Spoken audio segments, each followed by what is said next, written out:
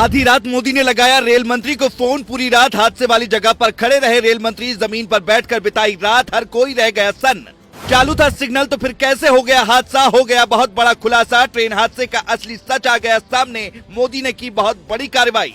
128 की रफ्तार से दौड़ रही थी ट्रेन। स्टेशन मास्टर पर बड़ा आरोप। रेल मंत्री ने खाई कसम। पहली बार मोदी को भी आया गुस्सा।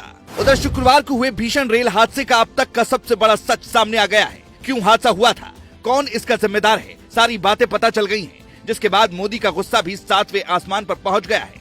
खुद नरेंद्र मोदी हादसे वाली जगह पर पहुंचे थे और जो लोग घायल हुए थे उनसे मुलाकात की थी और हर संभव मदद का भरोसा दिलाया था। लेकिन जब मोदी वहां से वापस दिल्ली पहुंच गए तब भी उनका मन हादसे वाली जगह पर ही लगा हुआ था। जिसके बाद उन्होंने बिना देरी किए एक बार फिर रेल मंत्री को फोन लगाया और सख्त आदेश दे दिया। इधर मोदी ने रेल मंत्री को आदेश दिया, उधर रेल मंत्री ने भी बड़ा फैसला ले लिया। क्या है वो फैसला, उस पर बात करेंगे। लेकिन इसी बीच इस रेल हादसे पर सबसे बड़ा खुलासा जो हुआ है उसके बारे में जान लीजिए।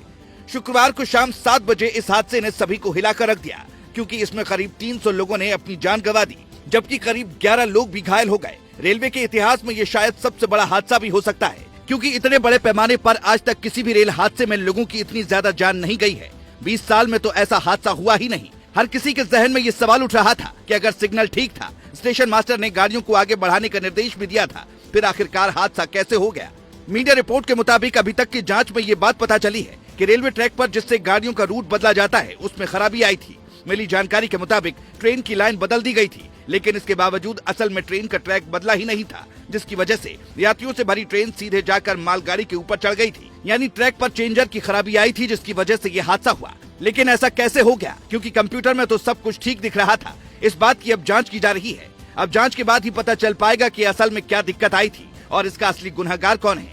लेकिन एक बात तो तय हो गई कि रेलवे के अधिकारियों की लापरवाही की वजह से ये हादसा हुआ है। इतना ही नहीं, आपको बता दें कि जिस वक्त ट्रेन हादसे का शिकार हुई उस समय उसकी रफ्तार करीब 130 किलोमीटर प्रति घंटे की थी। लेकिन इसमें चौंकाने वाली बात जो सामने आई है वो ये कि करीब 15 दिन पहले ही ट्रेन की रफ्तार अधिकतम 130 किलोमीटर प्रति घंटा की गई थी। ऐसे में ड्राइवर ने कैसे 128 की रफ्तार में ट्रेन को दौड़ाया, ये भी जांच का विषय हो सकता है।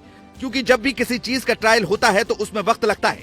ऐसे में फुल रफ्तार में ट्रेन चलाना कहीं न कहीं खतरनाक होता है। लेकिन इसके बावजूद ड्राइवर ने क्यों ट्रेन को इतनी रफ्तार में दौड़ाया, इसकी भी जांच हो रही है। कुल मिलाकर ओडिशा में हुआ हादसा कोई छोटा मोटा हादसा नहीं, बल्कि बहुत बड़ा हादसा है। क्योंकि इस दुर्घटना में कोरोमंडल एक्सप्रेस के 12 डिब्बे पटरी से उतर गए थे। इनमें कुछ डिब्बे दूसरी पटरी पर भी चले गए थे। इस हादसे के बाद लगातार रेस्क्यू ऑपरेशन जारी है और करीब करीब रेस्क्यू पूरा भी कर लिया गया है और सभी घायलों को अस्पताल में भर्ती करा दिया गया है। जबकि जिन लोगों की जान गई है उनके परिजनों को शव सौंपे जा रहे हैं। इसी बीच नरेंद्र मोदी ने रेल मंत्री को भी फोन लगाया और उनसे वहां पर मौजूदा हालात कैसे हैं इसके बारे में बाकायदा जानकारी ली। बता दें कि रेल मंत्री करीब 24 घंटे तक हादसे वाली जगह पर मौजूद रहे। रात के वक्त हादसा हुआ था, जहां वो सुबह के समय हादसे वाली जगह पहुंचे थे और वो पूरे दिन और साथ में पूरी रात हादसे वाली जगह पर ही रहे और राहत बचाव कार्य अपनी आंखों के सामने ही करवाया। हालांकि अब देखने वाली बात होगी कि जो भ्रष्ट अधिकारी इस रेल हादसे के जिम्मेदार पाए जाते हैं उनके खिलाफ कितनी कड़ी कार्रवाई होगी। आपके हिसाब से उन्हें कैसी सजा मिलनी चाहिए, कमेंट में जरूर बताएं।